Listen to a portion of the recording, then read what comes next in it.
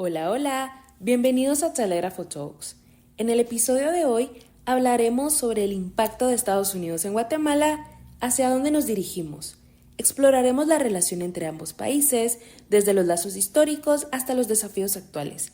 Analizaremos cómo las políticas y decisiones de Estados Unidos impactan temas clave como la migración, la cooperación internacional y las relaciones diplomáticas. Además, discutiremos las implicaciones de estas interacciones para el futuro de Guatemala y hacia dónde nos dirigimos como nación. No te lo pierdas.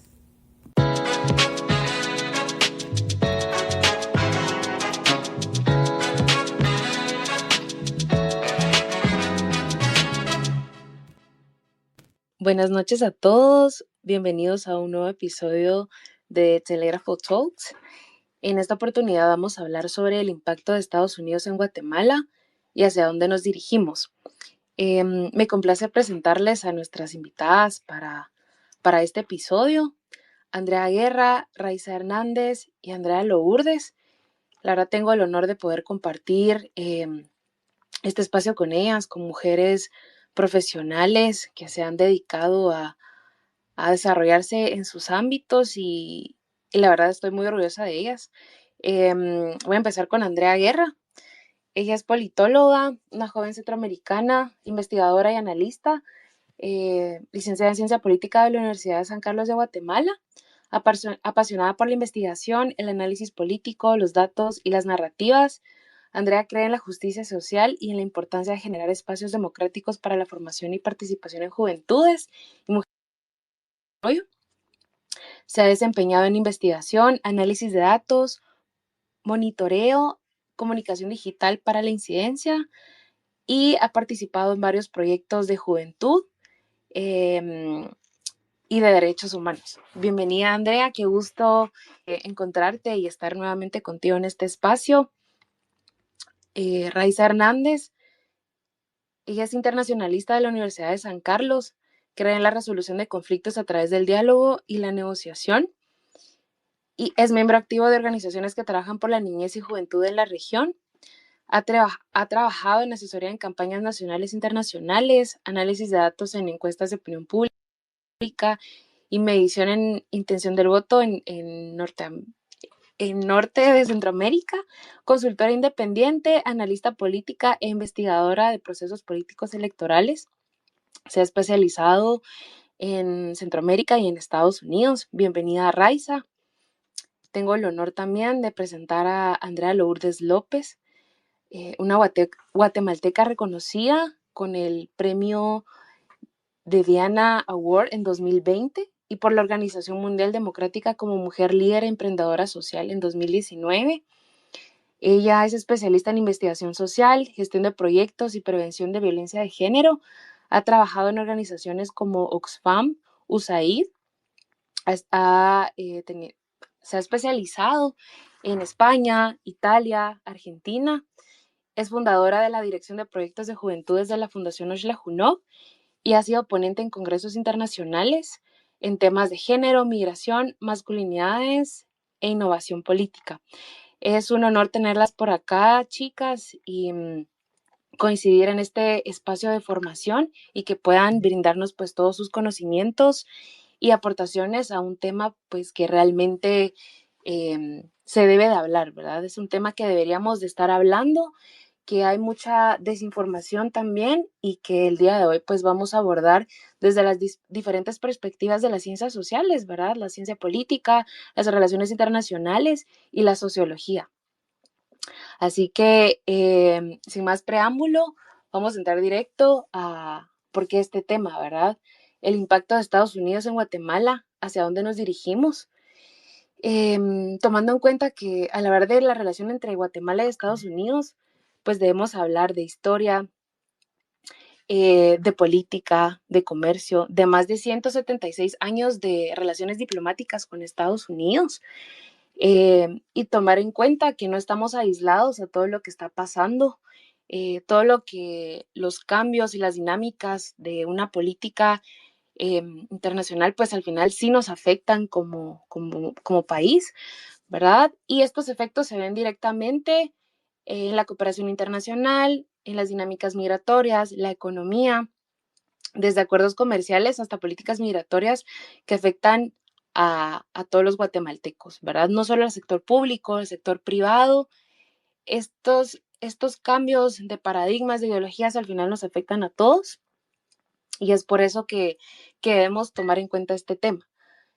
Cómo esta relación ha moldeado nuestro desarrollo y qué rumbo estamos tomando como país, ¿verdad? Así que quisiera iniciar eh, con un poquito de contexto. Si tú, Andrea Guerra, nos puedes contar un poco de cómo han sido las relaciones diplomáticas entre Guatemala y Estados Unidos antes de Donald Trump, eh, tomando cuenta las relaciones. Por favor, adelante. Bueno, yo creo que el primer punto ya lo mencionaste tú, y es que Guatemala y Estados Unidos comparten una relación diplomática de más de 175 años. Creo que es de las más largas y profundas con las que Guatemala tiene relación, además de los países de cerca.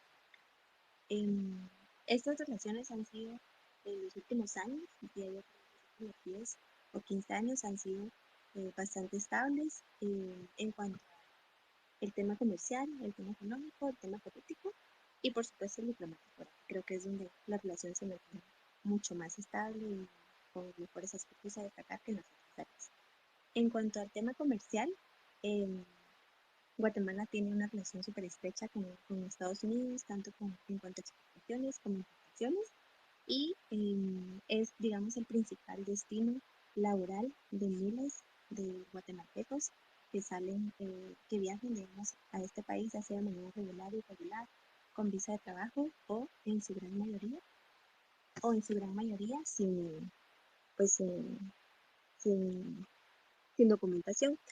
En el año 2023, las remesas provenientes de Estados Unidos alcanzaron más de 19 mil millones de dólares y en el año 2024 estas llegaron a más de 21 mil millones de dólares. Para este año igual se tenía previsto aproximadamente 25 millones de dólares con respecto al año anterior. Esto, digamos, en cuanto al tema comercial y en cuanto económico, digamos, para ver qué tanto depende, digamos, Guatemala de Estados Unidos en este sentido y los cercanos y estrechos que son. En cuanto al tema político, diría yo que en el gobierno pasado o en los últimos 4 años, si bien el enfoque, digamos, en el que Guatemala se relacionó con Estados Unidos era bastante, em, pues, en un primer momento tal vez no tan amistoso porque había ciertas diferencias en cuanto al rumbo, digamos, de ambos países, en cuanto a los gobernantes. Pero en el último año, prácticamente en el 2024, esta relación se afianzó a nivel político y se compartían, digamos, ciertos intereses en común y ciertas perspectivas en cuanto al tema de derechos humanos y en cuanto al reconocimiento de ciertos enfoques y derechos, digamos, para las personas. Sin embargo, durante este nuevo año, creo que se avecina, digamos, una nueva relación que creo que ha empezado de manera eh, exitosa, por así decirlo, porque de hecho se preveía, digamos, que iba a ser tal vez una relación bastante compleja. Sin embargo, como hemos visto en los últimos 3 meses y a partir de la visita del secretario de Estado de los Estados Unidos, Marco Rubio, se visualiza, digamos, un panorama bastante estable y una negociación y un acercamiento político bastante exitoso. Entonces, en resumen, diría que las relaciones han sido pues bastante estables, si bien con estos nuevos enfoques y esta nueva visión de gobierno que trae Estados Unidos, la relación se reorienta para enfocar, digamos, el tema migratorio con una nueva perspectiva y un poco hacia el tema de los recortes presupuestarios, al reenfoque hacia dónde se van a destinar los recursos de la cooperación. Diría yo que las relaciones en general se mantienen pues igual de cercanas y de claves, como han sido en los últimos años. Gracias, Andrea. En efecto, ¿verdad? Estados Unidos pues sigue siendo uno de nuestros principales socios comerciales en materia de cooperación también, y creo que también es, gracias, Andrea. Perdón. Y entrando en materia de cooperación, que es un punto de partida donde queremos iniciar, ¿verdad? tomando en cuenta la toma de posesión de Donald Trump, uno de sus ejes transversales pues es precisamente este cambio en la cooperación internacional. Pero antes de entrar en este punto, quisiera que Andrea Lourdes nos puedas comentar un poco de cuántos proyectos en materia de cooperación estaban beneficiándose de los fondos de USAID antes de la toma de posesión de Donald Trump, ¿verdad? En el gobierno de Biden, cuáles eran los ejes principales de esta agencia de cooperación. Si nos puedes brindar un poco de información, por favor.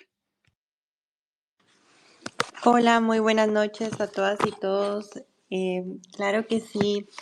Bueno, en relación al tema de cooperación, podemos tal vez primero indicar que principalmente la Agencia de Estados Unidos para el Desarrollo Internacional, que conocemos o conocíamos por sus siglas USAID, era una agencia que particularmente en Guatemala estaba apoyando aproximadamente el desarrollo de 40 diferentes actividades.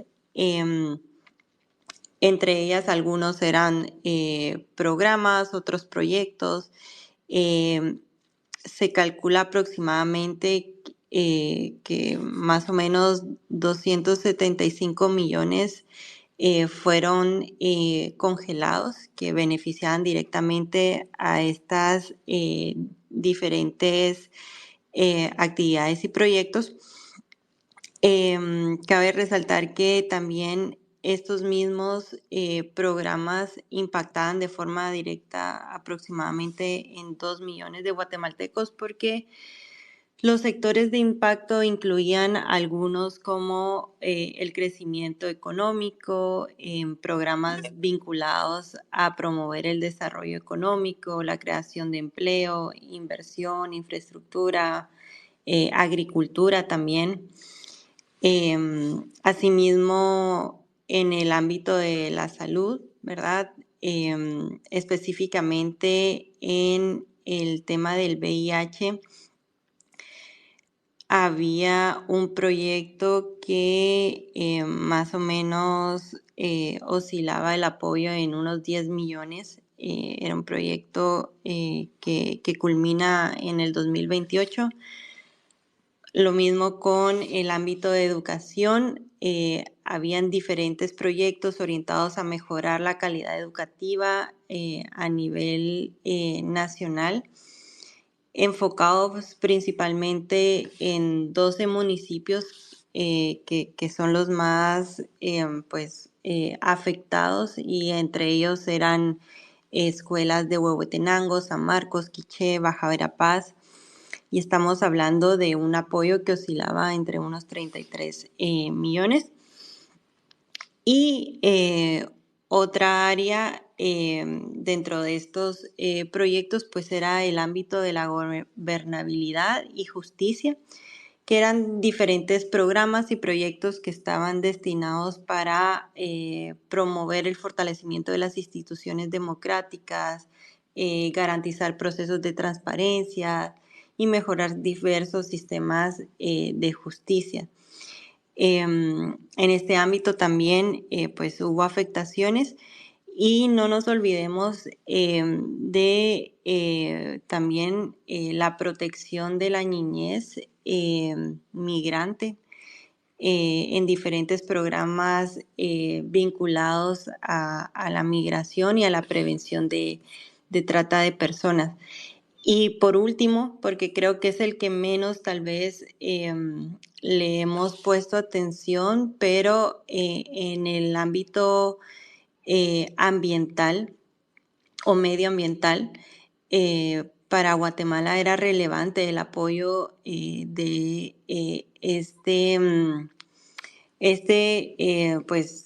apoyo de cooperación que recibía a través de Estados Unidos.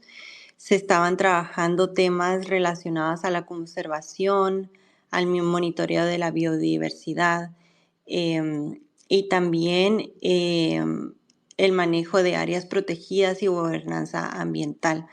Eh, Había un proyecto específicamente que culminaba en el 2026 y más o menos estamos hablando de un proyecto que a nivel global recibió 10 millones. Entonces podemos darnos cuenta que realmente pues eran diversos programas de desarrollo que estaban siendo coordinados con la cooperación norteamericana. Estos son pues algunos cálculos aproximados, pero a simple vista pues vemos que sí era significativo el impacto y que no estamos hablando que únicamente un sector se vio afectado, sino que fueron múltiples sectores. Muchísimas gracias, Andrea. Creo que pues sí es sumamente preocupante, ¿verdad? Porque como nos pudiste brindar este contexto de que USAID, esta agencia de cooperación para el desarrollo que se estableció en 1961, ¿verdad? Una de las principales agencias donantes, no solo para Guatemala, para la región, para más de 100 países, ¿verdad? Que precisamente este apoyo internacional se ve reflejado en el Producto Interno Bruto de un país desde un 5% en el crecimiento del PIB. Entonces, sí vemos que a lo largo de los años, pues, este tipo de proyectos y programas a través de cooperación, pues, han sido muy, bueno, han beneficiado a muchísimas personas y en el ámbito de los 17 Objetivos de Desarrollo Sostenible, ¿verdad? Hablamos de educación, trabajo, medio ambiente, igualdad de género, pobreza, entonces salud como tal. Entonces creo que entramos al punto de partida, ¿verdad? Que es precisamente el cambio en la dinámica de cooperación del paradigma internacional, que es la toma de posesión de Donald Trump en el 20 de enero de 2025, lo cual marcó un nuevo capítulo en la política estadounidense y sus primeras medidas y ejes definen el rumbo de la relación entre Guatemala y la región, ¿verdad? Entonces, para profundizar un poco en esto, quisiera preguntarle a Raiza, desde su experiencia como internacionalista, ¿qué cambios vinieron con la toma de posesión de Donald Trump en 2025? ¿Y cuáles fueron los ejes de trabajo y las primeras medidas adoptadas por su gobierno en relación con Guatemala? Adelante, Raiza. Hola, buenas noches, solo para confirmar que me escuchan. Sí, te escuchamos. Adelante. Gracias. Bueno, como bien ya lo han expuesto, ¿verdad? Pues el contexto internacional es un poco complejo, ¿verdad? Con la llegada, digamos, de Donald Trump a la Casa Blanca. Sin embargo, ¿verdad? Hay mucho de eso que ya se prevía, ¿verdad? Como cuando gana nuevamente, ¿verdad? La presidencia. Y pues dentro de los cambios, digamos, que el presidente Donald Trump ha establecido, ¿verdad? Como en su primer mes de gestión, ¿verdad?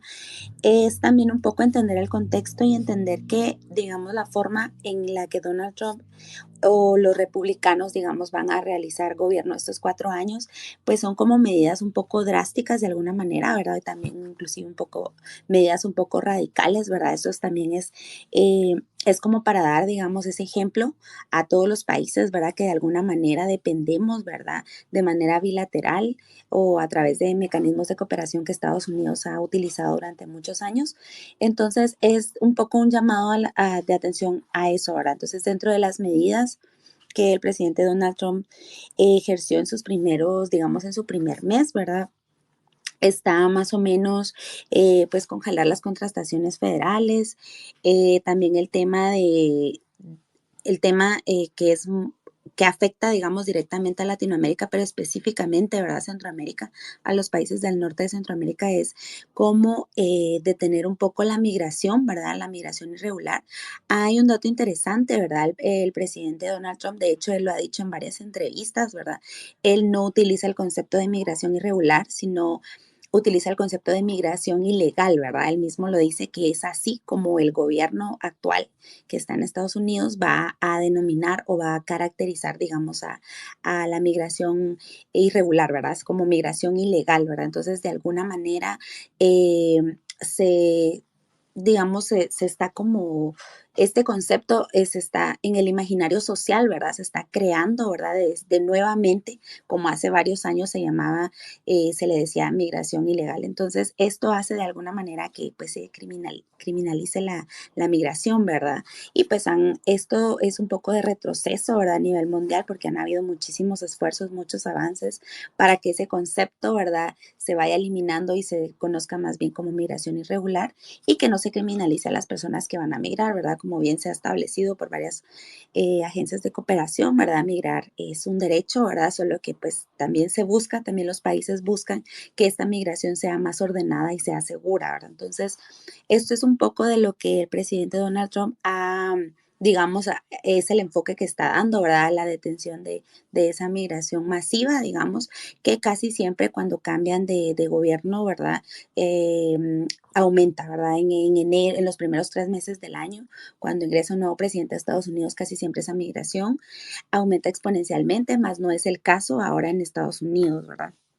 También otras de las medidas, ¿verdad?, que ha tomado el presidente Donald Trump es de alguna manera recortar cooperaciones que se estaban dando a muchos países, ¿verdad? Creo que la que afecta, ¿verdad?, también directamente a Guatemala es el tema de USAID, ¿verdad? Como ya lo habían expuesto anteriormente, ¿verdad? Porque muchos programas, ¿verdad?, fondos de apoyo estaban directamente, digamos, financiados a través de esta agencia de cooperación de Estados Unidos, ¿verdad? Entonces, esos son como, digamos, varios de los cambios que el presidente Donald Trump está teniendo y que están teniendo impactos directos, ¿verdad? En Guatemala, ¿verdad? En Centroamérica también. También ha habido de alguna manera como una batalla con ciertos países, ¿verdad? Ciertas peleas de alguna manera diplomáticas por el momento, ¿verdad? En el aumento de aranceles, ¿verdad? Específicamente, por ejemplo, a México, inclusive a Canadá y a Colombia, ¿verdad? Que también hubo ahí como muchos roces, por temas diplomáticos con el presidente Petro. Entonces, creo que esos son como algunos de los cambios y es más o menos la idea de, digamos, la forma de gobierno que el presidente Donald Trump va a llevar a cabo, ¿verdad? Es un poco como acortar esos gastos que en su momento ellos creen excesivos, ¿verdad? Actualmente, y, pero de alguna manera esos recortes, ¿verdad? Estatales que se están dando, pues van a tener un impacto directo en Centroamérica sobre todo. Muchísimas gracias, Raiza. Y precisamente vemos cómo esta política de América primero, la cual prioriza los asuntos internos de Estados Unidos por encima de los compromisos internacionales, pues claramente se está viendo afectada, ¿verdad? Por este cambio en las dinámicas que ya se tenían establecidas, principalmente en materia migratoria y en materia de cooperación. Y también con esto quiero aunar con la reestructuración radical de la ayuda al exterior que comentabas a USAID, ¿verdad? A través de la orden ejecutiva 14.169, la cual establece que se suspendió la mayoría de programas de ayuda, lo que resultó en la eliminación de aproximadamente el 83% de las iniciativas de USAID. Y esto que implica proyectos que ya estaban en ejecución, que se estaban desarrollando no solo para Guatemala, sino a nivel mundial, se han visto afectados por estos recortes, han habido pérdidas de empleo, de recursos como tal. Entonces quisiera que Andrea Lourdes nos puedas comentar un poco de cómo afectó el recorte de la cooperación y el cierre de oficinas de USAID, principalmente en los proyectos de Guatemala, y qué impacto tuvo este recorte en las organizaciones locales que dependían totalmente de la cooperación estadounidense. Gracias, sí. Bueno, realmente el recorte de la cooperación norteamericana afectó tanto los proyectos y programas y eran financiados directamente por USAID, pero también programas que eran financiados a través de otras agencias federales o fondos federales.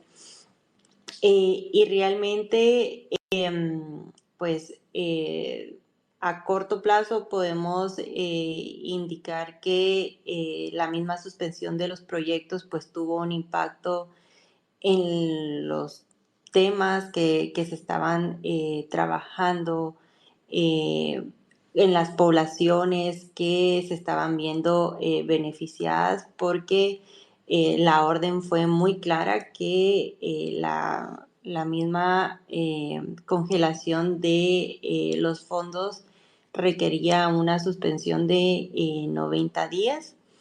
Y en el transcurso de ese periodo, estos mismos programas iban a ser evaluados para considerar cuáles continuaban y cuáles definitivamente se cancelaban.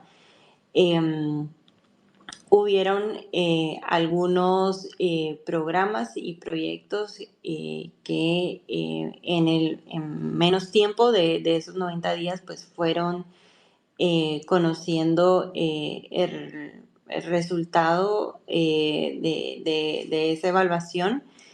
Em, y también podemos mencionar que impactó en el ámbito de la salud, específicamente todos los proyectos que estaban vinculados a temas relacionados como atención materno-infantil, tratamientos de VIH, malaria, entre otros, ¿verdad? Eh, Aunque no se debía de suspender un apoyo que fuese a servicios que se proporcionaban a la población.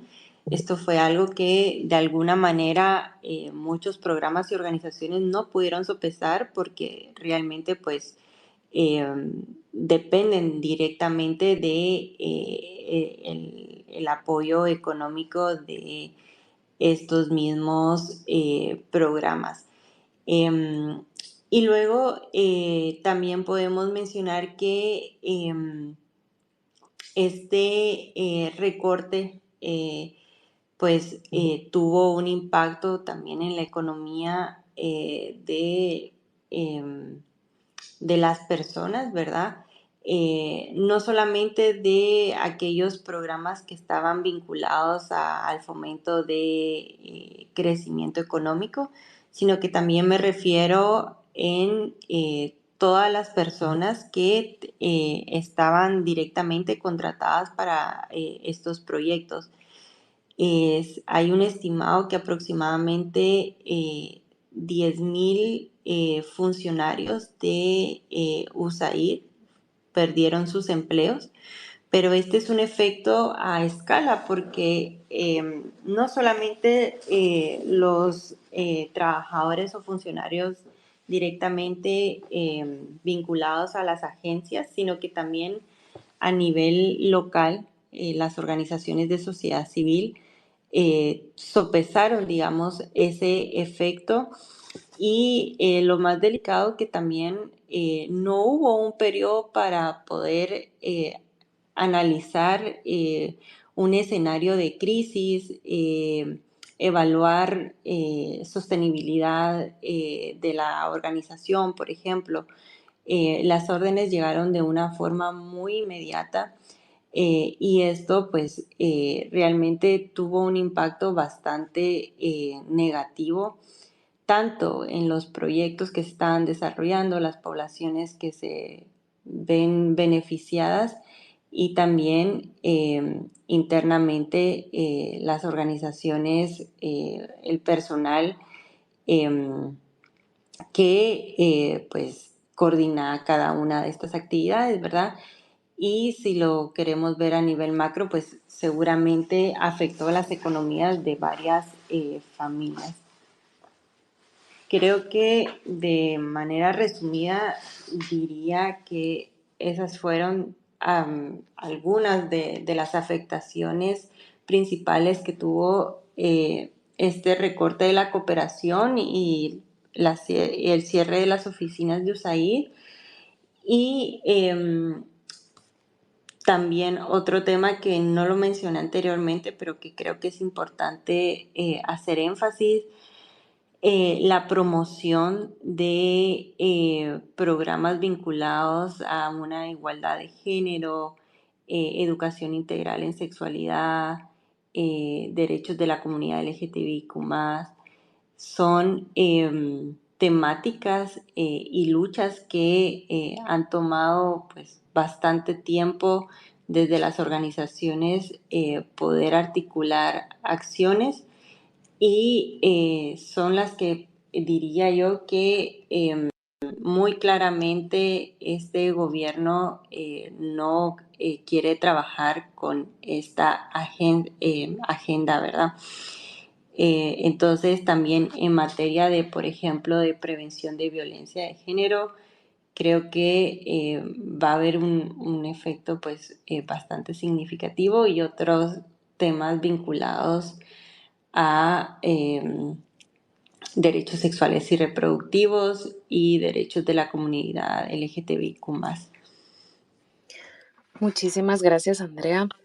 Creo que pues sí es sumamente lamentable cómo precisamente este recorte en programas que llevaban años y que pues le daban sustento a muchas familias, no solo las que eran beneficiadas de este tipo de proyectos, sino también las organizaciones de sociedad civil que precisamente sobreviven o trabajan en el ámbito de la cooperación, pues vemos que es un efecto dominó, ¿verdad? Es un efecto integral que lastimosamente viola muchísimos derechos humanos y si bien puede que no sea el fin de USAID, de la cooperación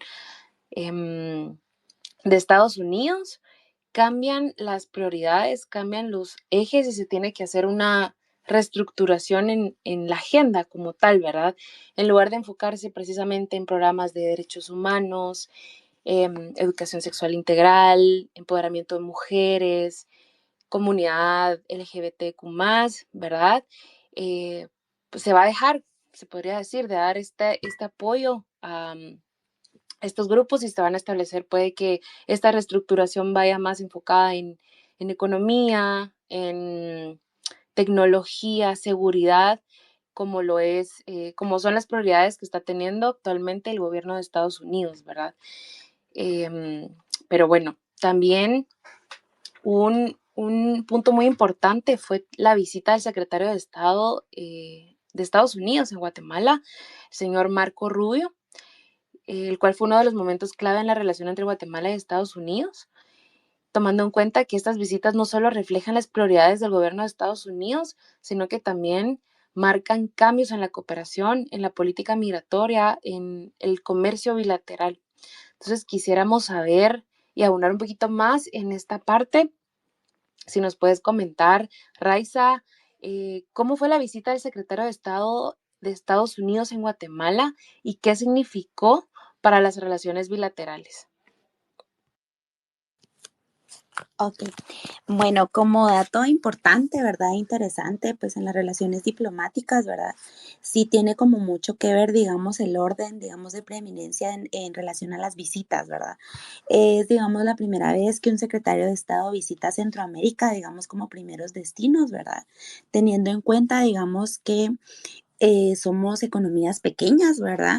Y también, digamos, territorialmente hablando, no somos países con tanta extensión territorial, ¿verdad? Entonces, es bastante significativo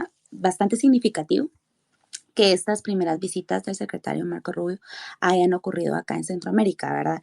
Específicamente, pues, en Guatemala, en Panamá, Costa Rica, El Salvador y República Dominicana, ¿verdad? Entonces, esta visita, digamos, de alguna manera me parece una visita bastante amigable, digamos, ¿verdad? No fue un tanto como algunos otros secretarios de Estado cuando han visitado, por ejemplo, específicamente Guatemala, que ha sido, digamos, han sido visitas donde se han venido a dar de alguna manera órdenes, sino que creo que tiene mucho que ver, ¿verdad?, con la manera, digamos, de hacer política del ex senador Rubio, ¿verdad? Entonces, sí, también, digamos, un poco el tema de de su origen latino y también el tema que pues inclusive ha hablado en español en Centroamérica, ¿verdad? Entonces creo que eso ha afianzado, digamos, ha cortado o ha generado confianza entre los presidentes, ¿verdad? Entonces esa visita pues para Guatemala pues definitivamente, ¿verdad? Que se establecieron varios acuerdos bilaterales, ¿verdad? Pero con la mayoría de países centroamericanos que visitó, se establecieron esos acuerdos. En cada país, digamos, ¿verdad? Fue encontrando, digamos, la manera en que podrían trabajar de manera organizada y cooperando, ¿verdad?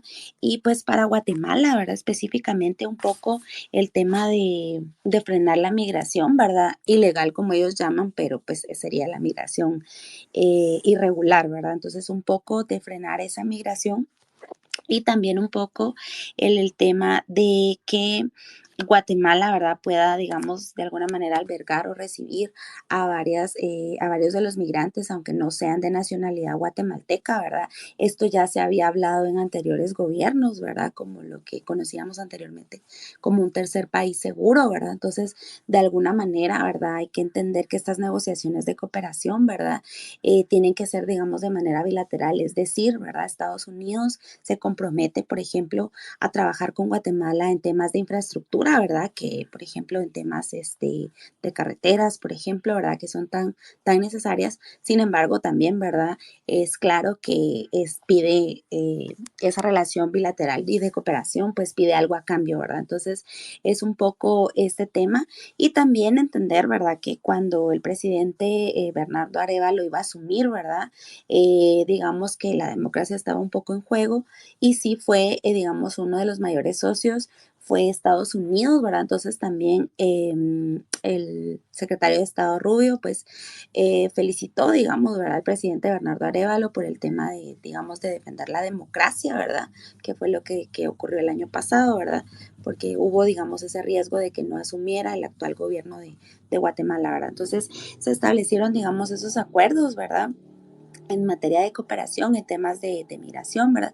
Inclusive de aumentar, ¿verdad? El número de vuelos de personas deportadas, ¿verdad? Entonces, en lo que va por hoy, ¿verdad? Marzo, sí la cifra pues va aumentando, ¿verdad? De personas deportadas de Estados Unidos y de México, ¿verdad? Entonces, este año pues de alguna manera va a ser va a aumentar o va a repuntar, digamos, este tema, ¿verdad? Porque lo que quiere, digamos, Estados Unidos, digamos, el actual gobierno, la actual administración, ¿verdad? Es detener, digamos, detener esa migración irregular y que las personas migrantes que vienen procedentes sobre todo de Sudamérica, ¿verdad? Puedan quedarse en Centroamérica y en México. Entonces va un poco orientado en eso. Y también, ¿verdad?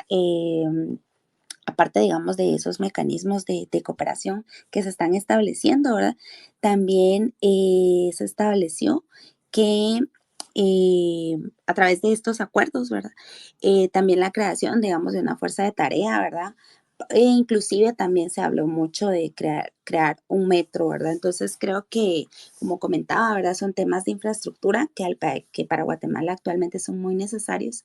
Entonces, básicamente, digamos que la visita estuvo orientada en eso, ¿verdad? En hacer acuerdos de cooperación es bilateral. Muchísimas gracias, Raiza. Y en efecto, no es que se vaya a perder la cooperación del todo, que nos vayamos a aislar como tal de Estados Unidos, sino que cambian los ejes, las prioridades, las negociaciones, de acuerdo pues a las prioridades de Estados Unidos. Y en este tema quisiera profundizar un poquito también en la negociación entre Guatemala y Estados Unidos. ¿Qué perspectivas existen sobre estas negociaciones tras la visita del secretario de Estado? Si Andrea Guerra nos puedes comentar un poco, por favor. Sí, bueno, yo creo que después de esta visita había mucha expectativa, ¿no? Antes y después también se preparó un poco más. Previo a la visita se tuvo en primera instancia la noticia, ¿verdad?, de que el secretario iba a visitar algunos países de Centroamérica, no todos. Anunció que iba a visitar a Panamá, El Salvador, Costa Rica, Guatemala, República Dominicana y dejando fuera, digamos, de esta primera visita, que como ya Raiza lo resaltó, a nivel diplomático dice mucho, el orden, digamos, en el que realiza esta visita y es el primer viaje oficial de él, elegir Centroamérica. los países que quedaron fuera, digamos, de esta primera visita, y de hecho, fuera de las negociaciones iniciales fue Honduras, Nicaragua, Colombia y México. Entonces, ellos, pues, más adelante, digamos, cómo han ido llevando la relación con Estados Unidos. Pero algo interesante, digamos, que era la visita y lo cual generaba como mucha expectativa y creo que temor, digamos, de parte de varios sectores, era el anuncio, ¿verdad? Junto con el anuncio de la visita se establecían desde ya los temas prioritarios que el secretario quería abordar, sin especificar en algunos países, pero el comunicado, por ejemplo, que publicó la Embajada y el Departamento de Estado mencionaba por lo menos 4 intereses esenciales o prioridades, digamos, que el secretario traía. Y los voy a leer textuales. Detener la migración ilegal y a gran escala, que este punto ya lo comentó Elsa también, y con esto el cambio de enfoque, ¿verdad? El cambio de cómo se entiende o cómo quieren, digamos, entender el tema de la migración y que ya había sido un tema, creo yo, de alguna manera superado, o al menos se creía que estábamos ya en esa etapa en la que se dejaba, digamos, de criminalizar el tema de la movilidad humana, que es un derecho humano. Sin embargo, lo dejó claro. Venía con un propósito inicial que era detener la migración ilegal, que era en escala. Como segundo punto, el objetivo era luchar contra el papel de las organizaciones criminales transnacionales y los narcotraficantes. Entonces, en orden, ¿verdad? Tema de migración, tema de combate al narcotráfico. En tercer punto, contrarrestar a China. Y en cuarto punto, profundizar las asociaciones económicas para mejorar la prosperidad en nuestro hemisferio. Entonces era básicamente migración, combate al narcotráfico, el tema de las relaciones con China y profundizar en el tema económico, el tema comercial. Como preámbulo, digamos, a la visita que ya se da a Guatemala, el secretario visita primero Panamá y en este país, digamos, acordó no renovar, que logró, digamos, que Panamá no renovara el memorando de entendimiento que tenía con China, eh, que eso fue, digamos, como uno de los primeros logros que acordó. En El Salvador, suscribió un acuerdo con el presidente Bukele para recibir a personas señaladas como criminales o como delincuentes y también incluidas a personas inmigrantes en una negociación el presidente puso a disposición. En Costa Rica, que creo que fue donde la relación, pues se empezaron a ver los contrastes, ¿verdad? De cómo eh, se llevaban las relaciones. Creo que en Costa Rica fue, digamos, sin necesidad de tener que ofrecer tanto, digamos, Costa Rica igual eh, ya ha sido un país bastante estable en cuanto al tema de seguridad y acá se reforzaron otros temas, ¿verdad? Acá, digamos, creo que Costa Rica siempre ha estado en un nivel de preocupaciones distintas a la del resto de Centroamérica, porque acá los temas abordados no fueron tema de narcotráfico ni de migración, sino aquí se profundizó en cooperación en temas de ciberseguridad eh, y se destacó, digamos, el interés que muchos estadounidenses tienen de visitar Costa Rica, el tema de turismo. Y con ese preámbulo, digamos, el secretario de Estado llega a Guatemala, como mencioné, con muchísima expectativa, muchísimo temor de parte de algunos sectores, pero en realidad al final la visita resultó, desde mi punto de vista, y de hecho hay muchos puntos de vista alrededor de esta visita y muchas perspectivas, resultó de alguna forma bastante sorpresiva y creo que de alguna forma exitosa. Si lo vemos desde el punto de vista que había, digamos, como mucho temor en cuanto al tema de que no se pudiera, digamos, llegar a un acuerdo o que hubiera, digamos, un distanciamiento entre ambos países por los distintos enfoques y orientaciones, digamos, que ambos gobiernos tienen, ¿verdad? Que son muy distintos. Em, Sin embargo, no hay que dejar, digamos, ni perder de vista el tema que ya se venía comentando de cooperación y la pérdida, digamos, de tantos proyectos que estaban siendo financiados por estos recursos, ¿verdad? Creo que el secretario dejó bastante claro, no solo durante su visita, sino previamente, que esto ya se venía, digamos, conversando desde antes y seguramente después se ha continuado conversando, que los intereses de la cooperación internacional, que ya fueron recortados en un 80% por USAID, iban a ir orientados a sus prioridades, que era el tema de detener la migración irregular, el combate al narcotráfico y el tema de seguridad o reforzar la situación de la seguridad en las fronteras, igual va asociado a los primeros 2 puntos. Y muy en menor medida el resto de temas, ¿verdad? Que por ejemplo, salud, medio ambiente, como se ha venido comentando.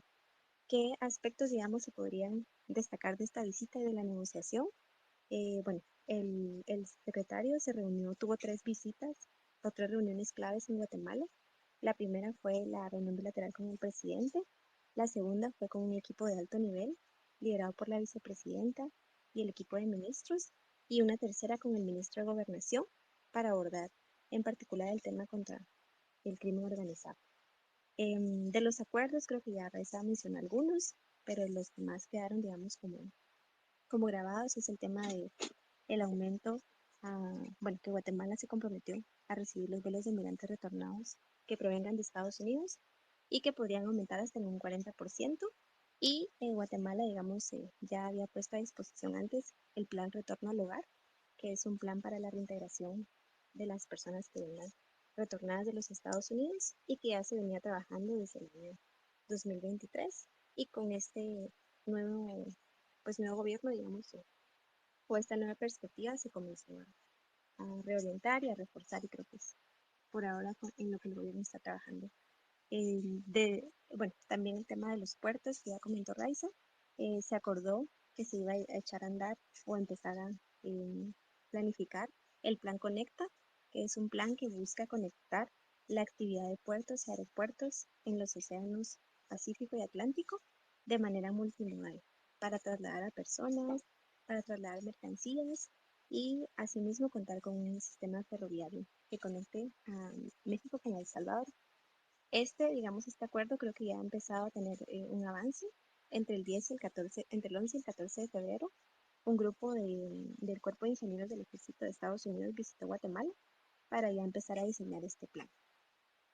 Por otro lado, bueno, ya para ir cerrando, creo que el tema igual de la democracia era otro de las preocupaciones, digamos, que se tenía, porque pues el presidente Trump tiene una manera muy particular, digamos, de abordar este tema, ¿verdad?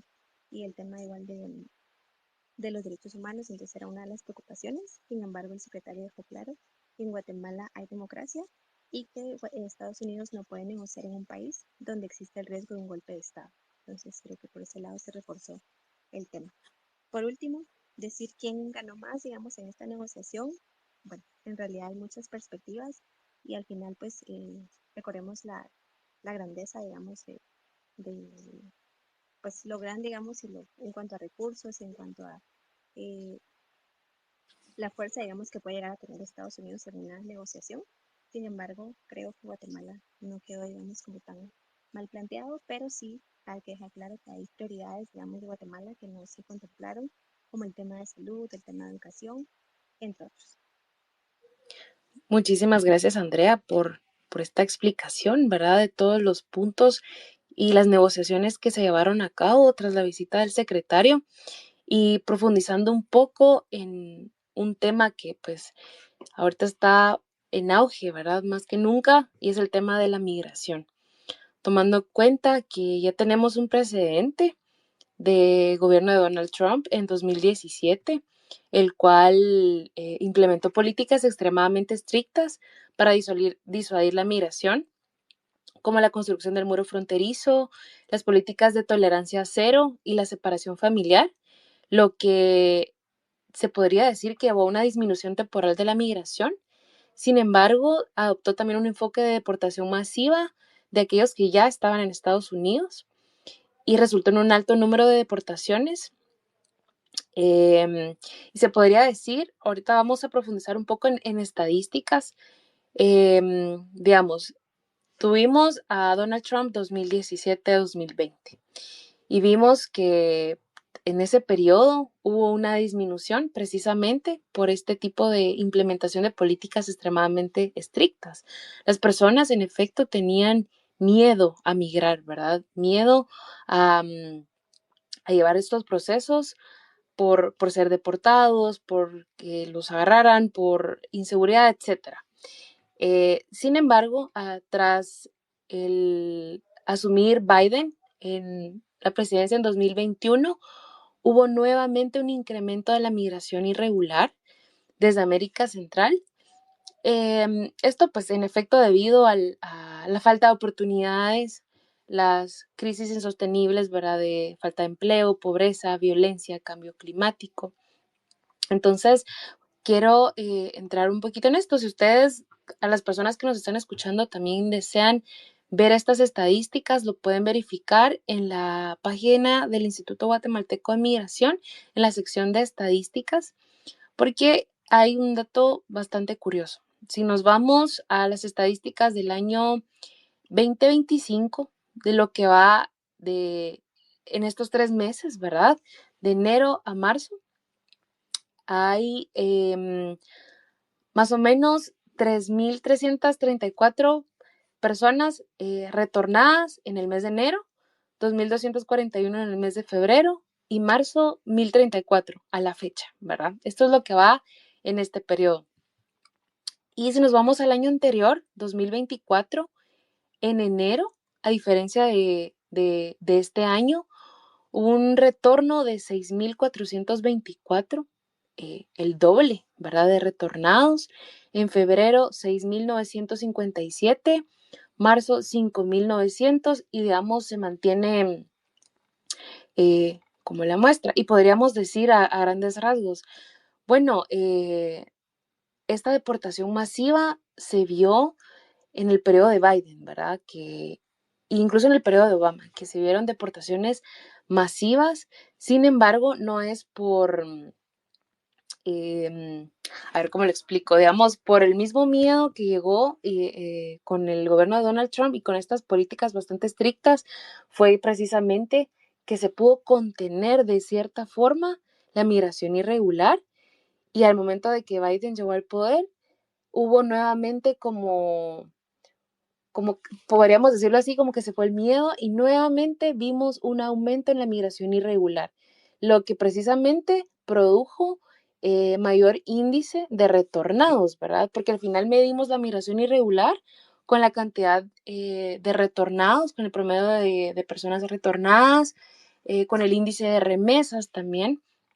Entonces, nos damos cuenta que estos meses se podría decir que está reduciendo, pero es precisamente porque empezaron a aplicarse esas medidas bastante drásticas en materia de retornados, también el costo que esto representa para Estados Unidos, porque las personas migrantes retornadas pues las están trayendo en aviones militares, ¿verdad? Esto, si bien Donald Trump en su campaña lo estableció como la mayor deportación en la historia, mayor deportación de la historia, eso es lo que él quiere establecer, pues también hay que evaluar si esto realmente es viable y cuáles son las repercusiones económicas que también va a traer este aspecto, ¿verdad? No solo por el valor y la inversión que significa el traslado de retornados en aviones militares, también lo que implica, por ejemplo, la reducción de las remesas en Guatemala. Esto sí sería bastante lamentable, ya que tenemos aproximadamente un 20% de remesas directamente en el Producto Interno Bruto de Guatemala. Somos un país que depende considerablemente de las remesas, lo cual una reducción de las mismas, pues, ¿qué significa? Mayor desempleo, mayor índice de pobreza, mayor inseguridad. Es al final un efecto que trae bastantes daños colaterales por este fenómeno de la migración. Entonces, quisiera que nos cuentes un poco, Raiza, de qué nos dicen estas estadísticas sobre la migración guatemalteca hacia Estados Unidos y cómo ha evolucionado en los últimos años.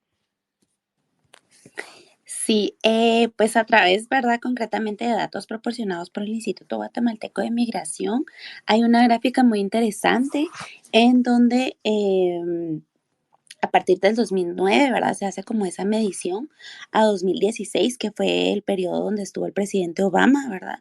El total de personas de guatemaltecos retornados procedentes de Estados Unidos fue de 296,000, ¿verdad? Casi 300,000 personas retornadas, digamos, en los dos periodos del presidente Obama, ¿verdad? Y en el periodo del presidente Trump, a partir del 2007 a 2020, fueron 160,000 guatemaltecos retornados a Estados Unidos, y en el gobierno del presidente Biden, ¿verdad?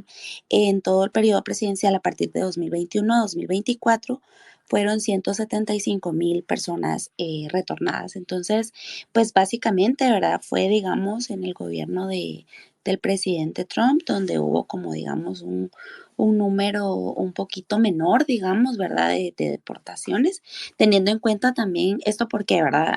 Alguien pudiera decirme, no es que el presidente Obama, ¿verdad? No fueron ni los 300,000 en ambos periodos, pero también en ese, digamos, en el año del 2009 al año 2016, la población de Guatemala era menor, ¿verdad? Entonces, de alguna manera es ahí donde el gobierno, ¿verdad? Del presidente Donald Trump de 2017 a 2020, pues representaría, digamos, la administración que menos personas retornó a Guatemala, procedentes específicamente de Estados Unidos. Y también para dar un segundo dato, ¿verdad? Que es también bastante interesante, es también las personas retornadas, guatemaltecos retornados de México, ¿verdad? Porque pues digamos que es ahí en México donde muchos de los migrantes, ¿verdad? Son regresados, digamos, para Guatemala, no solo procedentes de Guatemala, pero pues el dato que voy a dar a continuación sí es específicamente de guatemaltecos, ¿verdad? En el gobierno del presidente Obama, ¿verdad? Del año 2011 a 2016, fueron 275,000 personas deportadas, guatemaltecos deportados hacia Guatemala procedentes de México, y en la administración del presidente Trump de 2017 a 2020 fueron 147,000 retornados, ¿verdad? A Guatemala, y en la administración del presidente Biden de 2021 al año 2024 fueron 138,000 personas deportadas, ¿verdad? También acá hay que tener en cuenta que en el gobierno del presidente Biden, ¿verdad? Fue la pandemia, entonces hubo como mucho temor, digamos, a migrar. Fueron, digamos, pocas las personas que sí se atrevieron, digamos, a migrar a pesar de esa pandemia que estaba afectando, ¿verdad? A todo el mundo. Entonces, digamos que acá, ¿verdad? Sí fue México, digamos, como el mayor socio para poder detener, digamos, como crear esa contención en las fronteras de México, ¿verdad? Esto a través, pues, de la Guardia Nacional o de la Policía Federal como tal, ¿verdad? Y también entender que la logística, digamos, que tiene México, ¿verdad? Ese aparato estatal que tienen como federación, ¿verdad? También es importante, sobre todo, y también la extensión territorial que tienen. Entonces, digamos que México ha sido y es, y también seguirá siendo, ¿verdad? El mayor socio, digamos, para Estados Unidos para poder contener esa migración, no solo de guatemaltecos, sino también de migrantes procedentes de todos los países, ¿verdad? También sobre todo sudamericanos, centroamericanos, y también hay muchos, por ejemplo, muchas personas provenientes inclusive de Asia que están utilizando la ruta de América, ¿verdad? De América Central y luego México para poder llegar a Estados Unidos, ¿verdad? Entonces, esto, ¿verdad? Obviamente, estos datos son hasta el año 2024, ¿verdad? Entonces hay que estar, digamos, pendientes, ¿verdad? De los datos que este año, ¿verdad? O los 4 años de administración del presidente Donald Trump van a arrojar, digamos, y también lo que comentaba, ¿verdad? Que México va a ser siempre ese aliado, digamos, estratégico, sobre todo, ¿verdad? Porque, pues, México de alguna manera pues jamás va a poder estar, digamos, en contra de estas políticas migratorias porque pues Estados Unidos algunas veces han tomado medidas muy drásticas, por ejemplo, en el tema de las medidas arancelarias. Entonces sí, México va a ser ese aliado estratégico para Estados Unidos. Y también hay un dato importante, ¿verdad? México en los últimos, en el gobierno anterior del presidente López Obrador y ahora en seguimiento, digamos, del partido Morena, ¿verdad? Con la presidenta Claudia Sheinbaum, tienen también la política de poder, digamos, darle papeles a las personas que cumplan con ciertos requisitos, que pidan asilo en México. Está aumentando, digamos, esa cifra. Entonces, la idea es que en México las personas que cumplan con ciertas características y provenientes de ciertas nacionalidades, se les está dando, digamos, esa residencia, algunas personas residencia temporal y algunas residencias permanentes, ¿verdad? Para que puedan quedarse en México. Entonces, es por eso, digamos, que ya esa cifra tal vez vaya a disminuir, la cifra de retornados provenientes específicamente de México, pero no sea el mismo caso de las personas retornadas de Estados Unidos. Muchas gracias, Raiza.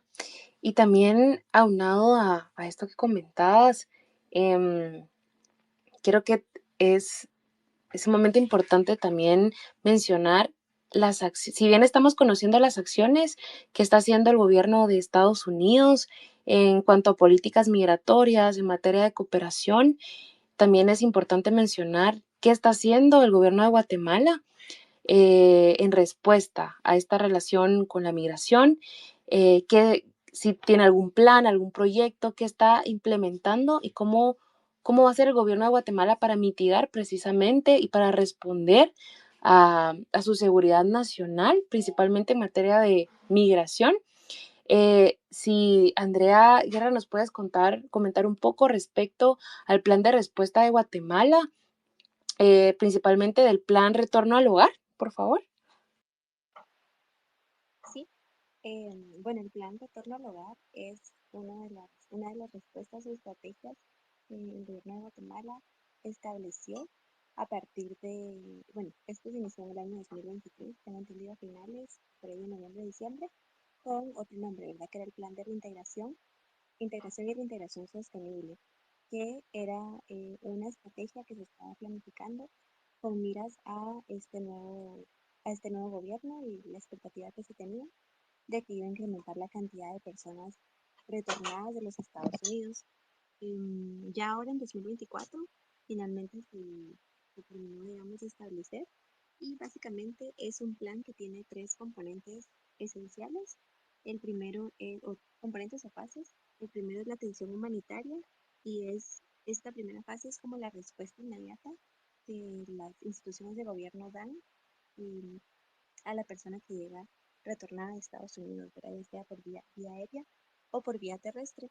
Y dentro de esta fase se contemplan ciertos momentos o ciertas etapas de apoyo inmediato, ¿verdad? Desde que la persona llega, digamos, en algunas oportunidades llega sin documentación, llega sin ni siquiera un contacto, ni siquiera un familiar acá en Guatemala, porque ya prácticamente había hecho su vida en otro país.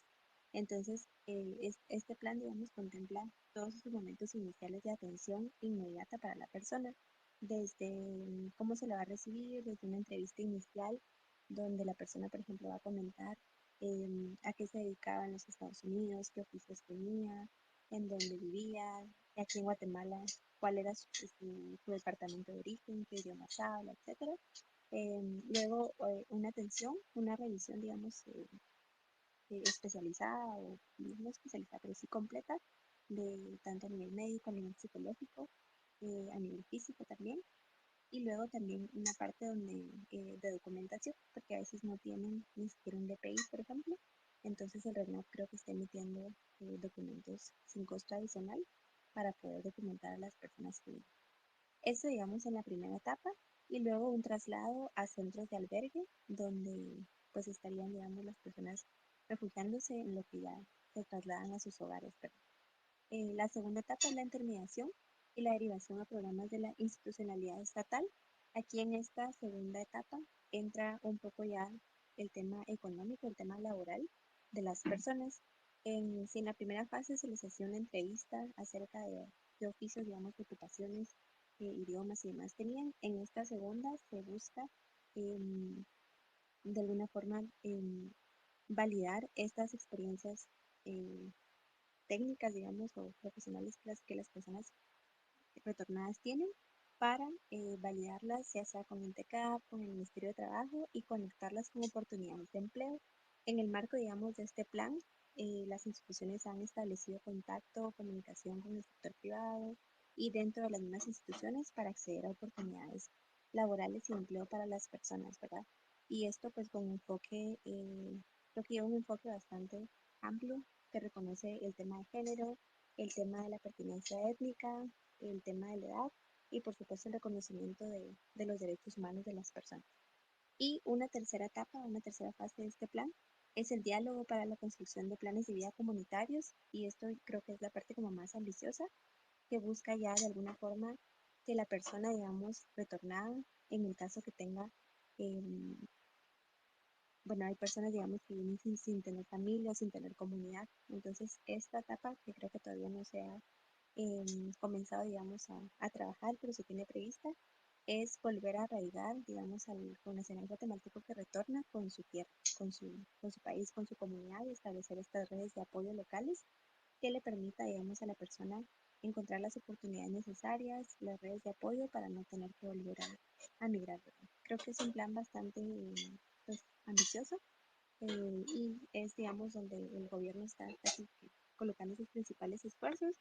Y un hito importante de este plan es que el día de hoy el presidente anunció que con apoyo de USAID, de los fondos, digamos, que empezó ya a devolver, que no van a ser los mismos que se tenían en un principio, porque un 80% de estos fondos ya fueron recortados, se va a construir o concretar un centro de retornados en la frontera de Tecumumán, donde se van a atender aproximadamente 250 personas al mismo tiempo, o sea, en simultáneo. Tiene capacidad para eso.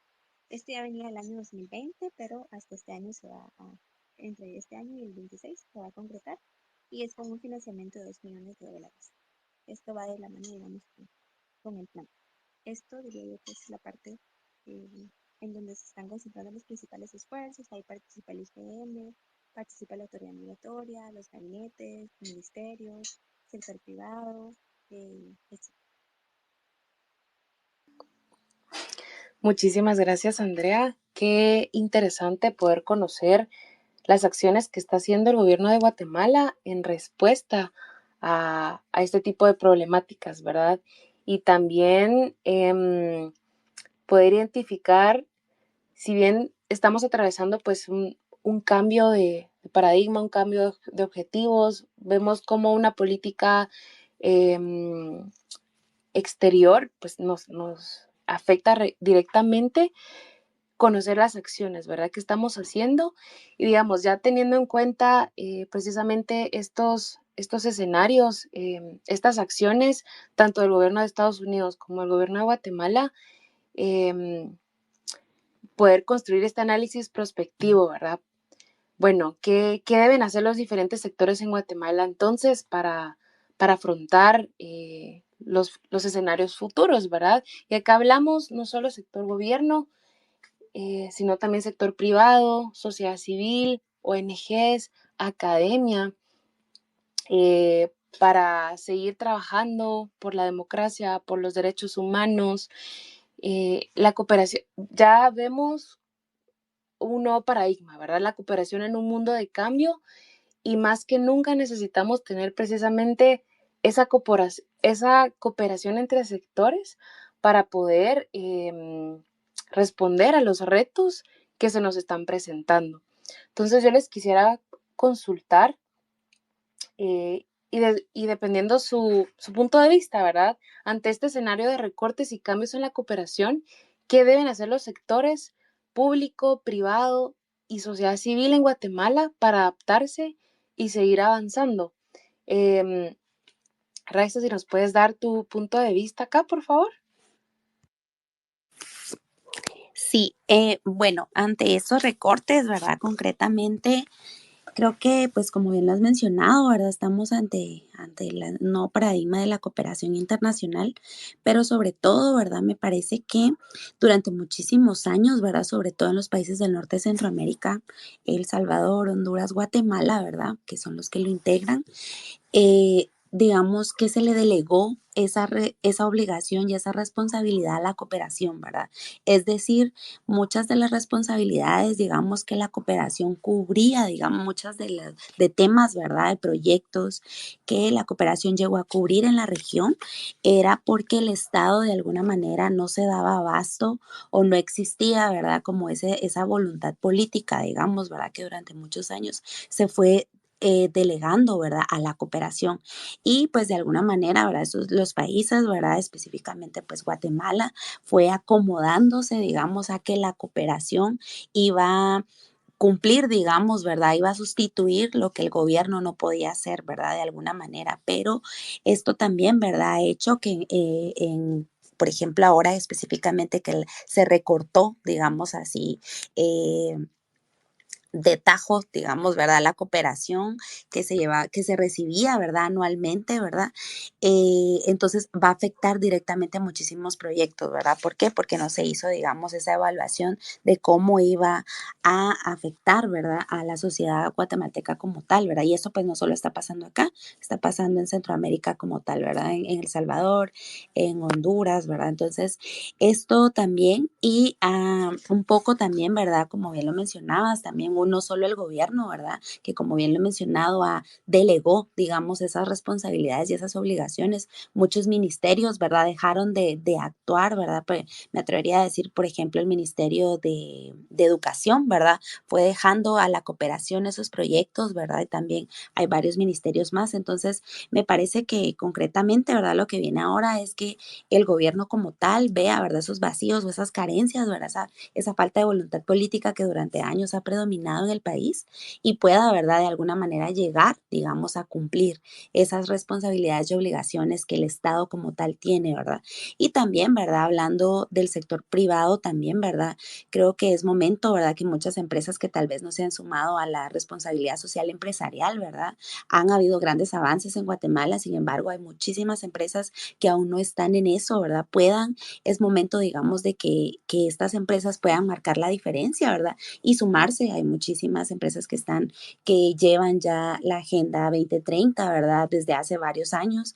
Entonces, me parece que estas alianzas, ¿verdad? Es hoy que se deben realizar, ¿verdad? De la alianza público-privada y la sociedad civil también, ¿verdad? Un poco la sociedad civil yo creo que puede trabajar de alguna manera, pues, fiscalizando, digamos, la labor del gobierno como tal, ¿verdad? O de alguna manera ver de qué manera se puede participar de manera más activa toda la sociedad como tal. Entonces, creo que si los tres sectores, ¿verdad?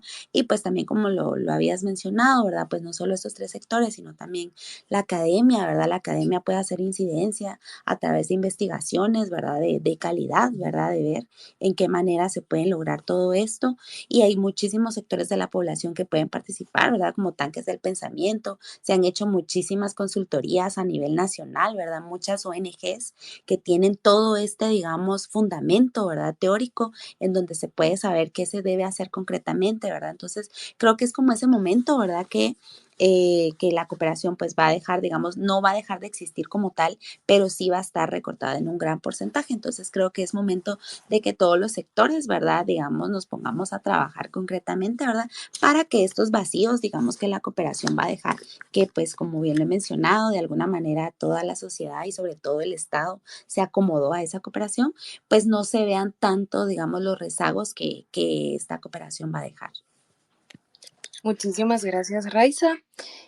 Para todas las personas que nos están escuchando, si tienen alguna duda o algún comentario, los invitamos a que puedan dejarlos acá en los comentarios. Vamos a dar al final un espacio para unas preguntas y ya vamos a ir terminando. Bueno, precisamente, Raiza, la cooperación es clave, ¿verdad? La cooperación, pues, si bien no termina, se encuentra en un mundo de cambio, ¿verdad? Y es donde tenemos que ver precisamente esas nuevas oportunidades como bien dicen, de las crisis. Vienen los mejores desafíos y mejores oportunidades y creo que acá es importantísimo el papel de la innovación, de la unión y de esta sinergia entre actores y esfuerzos para ver pues qué podemos hacer juntos como sociedad, como país, eh, como jóvenes también. Quisiera preguntarle a Andrea Lourdes también, tomando en cuenta que pues tú trabajas mucho con organizaciones de sociedad civil, directamente con la cooperación, ¿cómo debe evolucionar la cooperación internacional en este nuevo contexto global? ¿Qué nuevas alianzas podrían surgir y cómo el enfoque de la cooperación podría cambiar? Sí, bueno, sin duda, en este momento, a consecuencia de estos recortes, suspensiones de fondos, muchas organizaciones de sociedad civil pues han sufrido un debilitamiento. Tristemente también algunas han tenido que suspender totalmente actividades. porque como lo mencioné al inicio, no hubo un periodo en el que se pudiera hacer un análisis de crisis, un análisis financiero de sostenibilidad, y pues los recursos son clave para dar también continuidad a los proyectos y acciones que se quieren trabajar. Sin embargo, yo creo que retos actuales frente a este contexto que han enfrentado varias organizaciones, uno es reconocer la importancia de la diversificación de fuentes de financiamiento. Quiere decir ver o contemplar estrategias más complejas en las que no solamente se dependa de un cooperante, por ejemplo, eh, explorar otras fuentes de financiamiento, incluyendo fondos privados, crowdfunding, alianzas con empresas que trabajen la temática de responsabilidad social. Asimismo, el fortalecimiento de la incidencia política. Es fundamental que pues, sociedad civil y actores sociales refuercen esta incidencia a nivel nacional e internacional para evitar retrocesos tanto en políticas públicas y avances en agendas de derechos humanos. También la sostenibilidad y autonomía de las organizaciones, fortaleciendo estrategias de autofinanciamiento, aunque esto me atrevo a decir que la mayoría de organizaciones pues emergen de este ejercicio de autogestionar, de autofinanciar sus proyectos, y realmente pues es un esfuerzo y un trabajo bastante complejo el que ya hacen, pero parece ser que en este tipo de escenarios de crisis es importante considerar estas estrategias como un mecanismo de resistencia y también de sostenibilidad del trabajo. Em, y apostarle un poco más a las colaboraciones locales, no tanto a esta codependencia de fondos externos. em, y por supuesto, un punto que justo mencionaba Ana, la innovación en estrategias. em, Esto pues obviamente ha sido una oportunidad para repensar, innovar cómo promover una movilización social. Tenemos ahora el desarrollo de diversas plataformas digitales que nos permiten crear contenidos de sensibilización, campañas de impacto. Entonces, esto también puede ser algo favorable, un recurso que se puede utilizar. Y también otro punto que ya medio había mencionado, la cooperación, repensarse desde un enfoque tal vez sur-sur, quiere decir pensar en países, por ejemplo, Brasil, que es un país pues, bastante avanzado, México, eh, Argentina, por ejemplo, otro tipo de cooperación en la que también puede haber apoyos, colaboraciones, intercambio de conocimientos, tecnologías y estrategias, ¿verdad?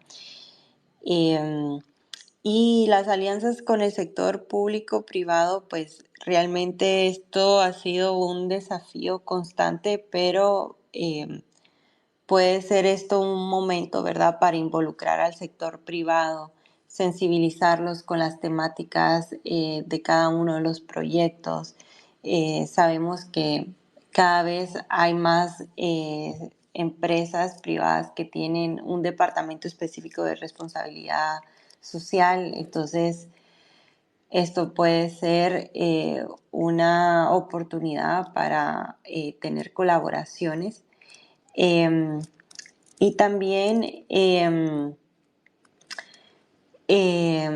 apostarle, digamos, a espacios de gobernanza participativa y el financiamiento directo a organizaciones locales, ¿verdad? Esto es algo que también sucedía mucho en algunos programas. El mayor porcentaje de financiamiento del proyecto no iba a la organización local, sino que se quedaba en una organización intermediaria, ¿verdad? Y muchas veces son estas organizaciones también internacionales que tienen pues también una gran capacidad estratégica, administrativa. Sin embargo, pues ahí se pierde bastante apoyo, ¿verdad? Entonces, apostarle al fortalecimiento de las organizaciones de base también puede ser algo beneficioso para no tener intermediarios burocráticos. Y, y bueno, ya para ir cerrando, pues pensar en estas nuevas alianzas y modelos emergentes, alianzas entre bloques regionales, el Fondo de Cooperación Sur a Sur, ¿verdad? Eh, y con otros actores con quienes se pueda trabajar en el sector de tecnología, educación digital, inclusión financiera, gobernanza de datos. Hay ahora muchas empresas emergentes de tecnología que pueden ser aliadas y aliados. Y bueno, a conclusión, pues podríamos decir que la cooperación pues debe de procurar ser un poco más horizontal y centrada pues tanto en la equidad, liderazgo local y apoyar la solidaridad entre países ante esta situación, pero lo delicado es que somos muchos países los que nos vemos en este complejo escenario, ¿verdad? Pero sin duda, pues estas son algunas ideas que podemos compartir como estrategias de resiliencia. Muchísimas gracias, Andrea, y creo sumamente importante en todo lo que dices, ¿verdad? Y ante este escenario, pues, como tú lo mencionabas, buscar nuevas estrategias de cooperación, explorar nuevas oportunidades, nuevas alianzas. El auge que está teniendo China en la región también, aunque si bien sabemos, pues Guatemala es uno de los 12 países que mantienen relaciones con China-Taiwán, ¿verdad? Lo que incluso el secretario de Estado también lo mencionó en su visita, por lo que se puede recurrir a establecer alianzas, buscar financiamiento de proyectos bastante grandes, como lo ha hecho también China anteriormente en Guatemala, perdón, China-Taiwán en Guatemala, explorar precisamente otro tipo de cooperación, no depender de Estados Unidos, ¿verdad? Como siempre se ha visto ver estas nuevas formas de cooperación emergentes. También la Unión Europea tiene bastantes proyectos y programas de desarrollo en Guatemala. Como tú lo mencionabas, el fortalecimiento de la cooperación sur-sur, que si bien es un modelo que se basa en cooperación técnica, en el intercambio de experiencias exitosas, de tecnologías, de la colaboración entre sí, capacitación, experiencias, conocimientos, ¿verdad? Entre países en desarrollo. También la cooperación triangular, en la que un país con mayor desarrollo puede facilitar la cooperación entre dos países y puede ser una vía también para optimizar recursos. Este tipo de cooperación lo da mucho Japón, y también la cooperación regional. Creo que esto nos ayuda muchísimo a replantear la cooperación, que si bien no debe de ser, el punto de la cooperación es un apoyo, es una ayuda, es un complemento a los esfuerzos nacionales que ya tienen que tener los países, ¿verdad? En ningún momento viene a suplir todas esas garantías que se les debe, que el Estado debe de dar a los ciudadanos en materia de Estado de Derecho. Entendamos que la cooperación es al final como que esa articulación, esas buenas prácticas, esas alianzas, ese un brazo de la política exterior de los estados, donde necesitamos cooperación, necesitamos hacer alianzas, no solo internacionalmente, sino como lo mencionaban, ¿verdad? Público-privadas, sociedad civil, seguir articulando esfuerzos para el bien común, que es al final lo que todos aspiramos y queremos. Entonces, para ir cerrando, chicas, una reflexión final sobre, sobre todo esto que estamos pasando, sobre si bien hemos explorado un poco los retos que como guatemaltecos enfrentamos, también hemos abordado mucho de las oportunidades que hemos encontrado y que se deberían de estar replanteando pues los gobiernos, las entidades, las organizaciones para poder afrontar este tipo de fenómenos que se vienen dando. ¿Podrías comentarnos, Andrea, una reflexión en torno al futuro de las relaciones políticas y diplomáticas con Estados Unidos, por favor? Bueno, yo creo que luego de todo lo conversado hoy, creo que nos queda claro que las relaciones a nivel político y bueno, a nivel diplomático, diría yo que están bastante estables. Algo que olvidé comentar en su momento es que parte, digamos, de los análisis que se han hecho posterior a esta negociación que se tuvo con el secretario de Estado es que primó, digamos, un poco más lo diplomático que lo político y lo económico, partiendo de la, del hecho, digamos, de que el presidente es un diplomático de carrera y tiene toda esta experiencia, digamos, toda esta expertise en ese sentido. Entonces, además del papel, digamos, de importante que jugó el canciller en este proceso de negociación, creo que a nivel diplomático las relaciones se mantendrán de alguna forma estables. El papel de China-Taiwán, como ya se mencionó, Guatemala, digamos, es el único país de Centroamérica que tiene estas relaciones tan sólidas, digamos, y tan abiertas con, con China, Taiwán, y ya hay proyectos, digamos, de cooperación que están en marcha a partir de que ya traían, se venían, digamos, el año pasado, pero a partir de este nuevo replanteamiento, pues continúan, ¿verdad? Se ha confirmado, digamos, de alguna forma el apoyo de, de ellos, digamos, para Guatemala en algunos proyectos. A nivel político, creo que sí, digamos, en los próximos años podría llegar a ser un poco complejo. Seguramente hay diferencias y hay muchas, digamos, acerca de cómo, qué rumbo, digamos, tomar para cada país. Sin embargo, creo que encuentran, digamos, puntos en común y es el tema pues el tema de la migración, el tema de la seguridad, digamos, que afecta a ambos países.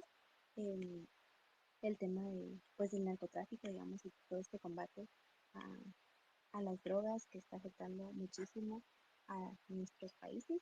Entonces, en general, yo creo que se van a mantener de alguna forma estables y creo que el tema de la democracia, que era también otra de las preocupaciones, creo que de alguna forma se dejó claro, digamos, que Estados Unidos reconoce que en Guatemala hay en este momento democracia y así es como se desea mantener. Entonces, eso por un lado.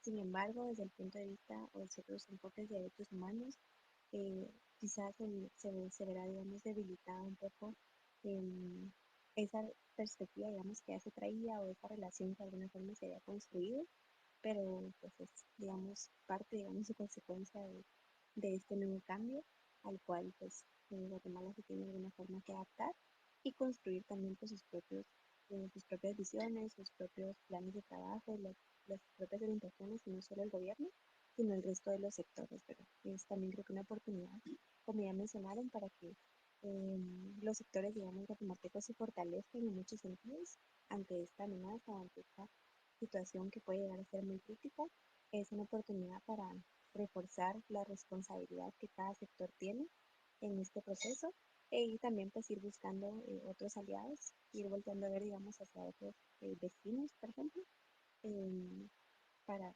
pues continuar fortaleciendo el desarrollo del país. Muchísimas gracias, Andrea. Sin duda alguna es un reto que tenemos como sociedad, poder integrar, poder también pensar en planes, en prever ciertas crisis o escenarios que se puedan presentar a futuro. Estamos acostumbrados a ser una sociedad reactiva, reaccionaria, que al momento de que acontece algo, en ese momento vemos qué hacer. Sin embargo, también es sumamente importante que podamos prever cualquier tipo de amenazas, de crisis y que podamos eh, responder como tal, ¿verdad? Como sociedad, y creo que en cualquier ámbito esto también lo podemos ver implementado. Ahora, Raiza, ¿nos podrías comentar un poco sobre la reflexión respecto a la cooperación y a las políticas migratorias, em, principalmente en este periodo, ¿verdad? En este periodo de gobierno de Donald Trump, que sabemos que es como el que sufre muchos más cambios. ¿Qué nos espera como sociedad? ¿Será que va a ser la era de más deportaciones en el mundo, como lo ha dicho Donald Trump? Cuéntanos un poco para ir cerrando este tema.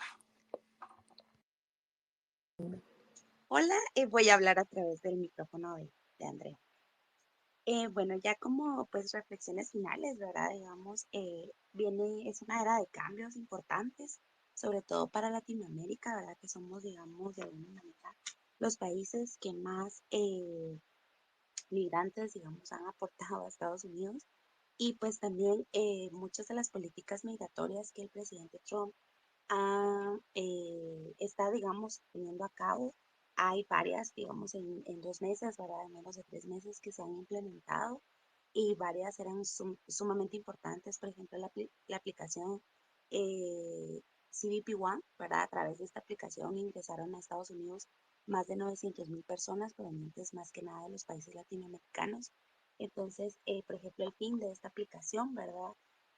Había muchas personas en México, ¿verdad? Esta aplicación era, digamos, tenías que estar en una frontera de México o en territorio mexicano, del centro de México para arriba, digamos, para los estados de arriba. Y pues, digamos, esta aplicación, ¿verdad? Ya no está activa, entonces muchas personas quedaron, digamos, en territorio mexicano. Entonces viene, digamos, esta es solo una de tantas, digamos, órdenes ejecutivas que el presidente ha dado, ¿verdad? También, por ejemplo, se ha hablado mucho del tema de la ciudadanía por derecho de nacimiento, ¿verdad? Entonces, todas estas acciones, ¿verdad? Son, digamos, un conglomerado del mensaje. El mensaje es claro, ¿verdad? Que la administración Trump quiere dar y es, ¿verdad? Reducir, digamos, la migración, como ya lo hemos mencionado, ¿verdad? Que ese flujo masivo de migración se vea reducido y que si es así, ¿verdad? Que si hay aumento, también pues que esto sea contenido, digamos, en los países eh, colindantes, digamos, con Estados Unidos, como México, pero también en Centroamérica, ¿verdad? También hay una orden, digamos, como estricta, digamos, a todos los funcionarios y diplomáticos que están en Estados Unidos para que hagan, digamos, ese lobby en los países para poder convertir a muchos países, sobre todo latinoamericanos, en tercer país seguro, ¿verdad? Como esa opción. Entonces, me parece que pues se vienen cambios en temas migratorios, ¿verdad? Sobre todo, ¿verdad? Como lo hemos mencionado, Guatemala, por ejemplo, que gran parte del PIB está avalado, digamos, por las remesas que se envían, ¿verdad? Entonces, es de alguna manera ese reajuste o esa acomodación, digamos, al tema de la micro y macroeconomía, ¿verdad? En la región, sobre todo, y también, ¿verdad? El tema de la cooperación como tal, pues como se ha mencionado, ¿verdad? Pues buscar, digamos, otros mecanismos de cooperación. Se ha mencionado la cooperación sur-sur. También tener en cuenta, ¿verdad? Que muchas de las embajadas y hay muchos países, ¿verdad? Por ejemplo, europeos, también países latinoamericanos que dan cooperación al país, ¿verdad? En varios proyectos, entonces de alguna manera pues es acercarse, ¿verdad? No que la cooperación, digamos, dependía específicamente de Estados Unidos, sin embargo sí representaban tal vez el mayor tipo de cooperación, pero pues todavía, digamos, se pueden buscar otros mecanismos, ¿verdad? Para que no haya tantos rezagos en los programas que cubría la cooperación estadounidense. Muchísimas gracias, Raiza. Y bueno, para ir cerrando también, si Andrea Lourdes nos puedes comentar un poco de tus reflexiones, ¿verdad? En torno a todo lo que hemos abordado, a los retos, a estos nuevos, a este nuevo paradigma en la cooperación precisamente y, y las implicaciones sociales en los recortes de la cooperación y los retos que tenemos en el contexto actual. Sí, bueno, en relación a las implicaciones sociales de estos recortes de cooperación, podemos enfatizar que la cooperación internacional ha sido un pilar de promoción de derechos humanos y también especialmente en países donde hay ciertas restricciones o no hay una garantía de servicios básicos para la población, pues es donde hay mayores programas de cooperación, ¿verdad? Y en consecuencia la reducción o suspensión de estos fondos, pues tienen un efecto bastante directo en los grupos que principalmente son más vulnerables, colectivos, por ejemplo, niñez, eh, mujeres, población de la comunidad LGTBIQ+, personas con diagnósticos de VIH, pueblos indígenas, entre otros colectivos, ¿verdad? Y luego, si lo vemos desde la perspectiva de sociedad civil, también ya mencionábamos que sin estos recursos, pues la capacidad de acción de las mismas organizaciones se ve bastante reducida y pues se dificulta más la sostenibilidad e incidencia de los mismos proyectos que se trabajan. Y también otra implicación pues es el retroceso en algunas materias como lo puede ser salud, educación, justicia, transparencia, em, medio ambiente, entre otras temáticas que pues ahorita sin estos fondos pues van a correr un gran riesgo de retroceso en lo que la organización logra identificar otros canales de apoyo o el mismo Estado se apropia de abordar la temática o el proyecto, pero hay que también ser realistas y entender que muchas de las acciones que sociedad civil trabaja es ante la falta y la ausencia de la misma capacidad que tiene el Estado e interés en abordar una problemática, ¿verdad? Entonces, bastante delicado y, por supuesto, pues una mayor precarización del trabajo social, porque mayormente las personas que trabajan en organizaciones de sociedad civil eh, son pues personas defensoras de derechos humanos, activistas, que al final pues ahorita un gran porcentaje se ha quedado sin sus empleos. Esto mismo tiene efectos en la salud de las personas, tanto a nivel emocional, físico, la misma ansiedad, estrés que ha podido producirle a estas personas esa inestabilidad laboral de no saber si se va a reactivar el proyecto en el que están o no. Y también, pues, esto debilita el esfuerzo de los colectivos, ¿verdad? Y respecto a el tema de la cooperación, pues yo creo que una lección que nos queda es reconocer la importancia de la diversificación de fuentes de financiamientos, como hemos mencionado, construir modelos de cooperación más resilientes, pero también más éticos,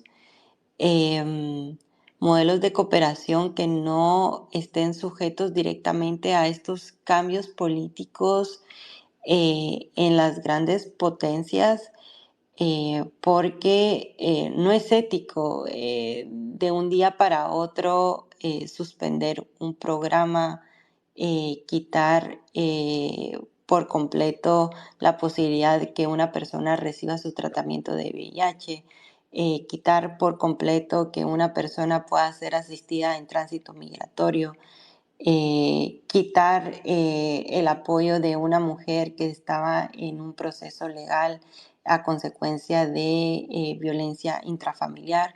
No es ético tener un modelo de cooperación que no prevea estos cambios políticos y que tenga protocolos y mecanismos para abordar estos escenarios desde un enfoque más humano, empático y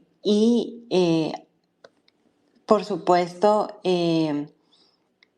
entender que esta misma cooperación debe basarse en principios de justicia, equidad y corresponsabilidad global. Creo que sin duda en este nuevo contexto la cooperación debe transformarse en una herramienta para fortalecer la autonomía tanto de los colectivos, de las organizaciones, y garantizar que el desarrollo no dependa de voluntades externas, sino que de alianzas sostenibles y horizontes. En ese sentido, reconocer que esta solidaridad internacional, que es un principio de la misma cooperación, no se pierda, ¿verdad? Frente a estos retos globales que están en estos escenarios. Perfecto, muchísimas gracias, Andrea. Quiero agradecerle a las tres por tomarse el tiempo, por sus reflexiones, por sus opiniones respecto a este tema, que es muy importante que sepamos cómo está el contexto internacional, cómo nos impacta, qué está haciendo el Estado de Guatemala, qué está haciendo la sociedad civil, qué estamos haciendo nosotros, ¿verdad? Tomar en cuenta que el futuro de las relaciones de Estados Unidos y Guatemala dependerá de la capacidad de ambos países para adaptarse a los cambios, para poder construir nuevas estrategias de cooperación, afrontar los retos globales con una visión compartida y especialmente con un compromiso mutuo. También las decisiones que tomemos hoy, en efecto, marcarán el rumbo hacia un futuro más resiliente y próspero para Guatemala y su relación con el mundo. Así que muchísimas gracias a todas las personas que estuvieron conectadas. Pueden seguir escuchando cada miércoles nuestros podcasts de Telégrafo Talks y los invitamos a seguir nuestro blog, la revista digital Telégrafo. Así que yo los dejo descansar. Muchísimas gracias y esperamos que este episodio les haya dado un panorama general de lo que está pasando y cómo nos influye como guatemaltecos. Que tengan una linda noche. Muchas gracias. Conversaciones que importan.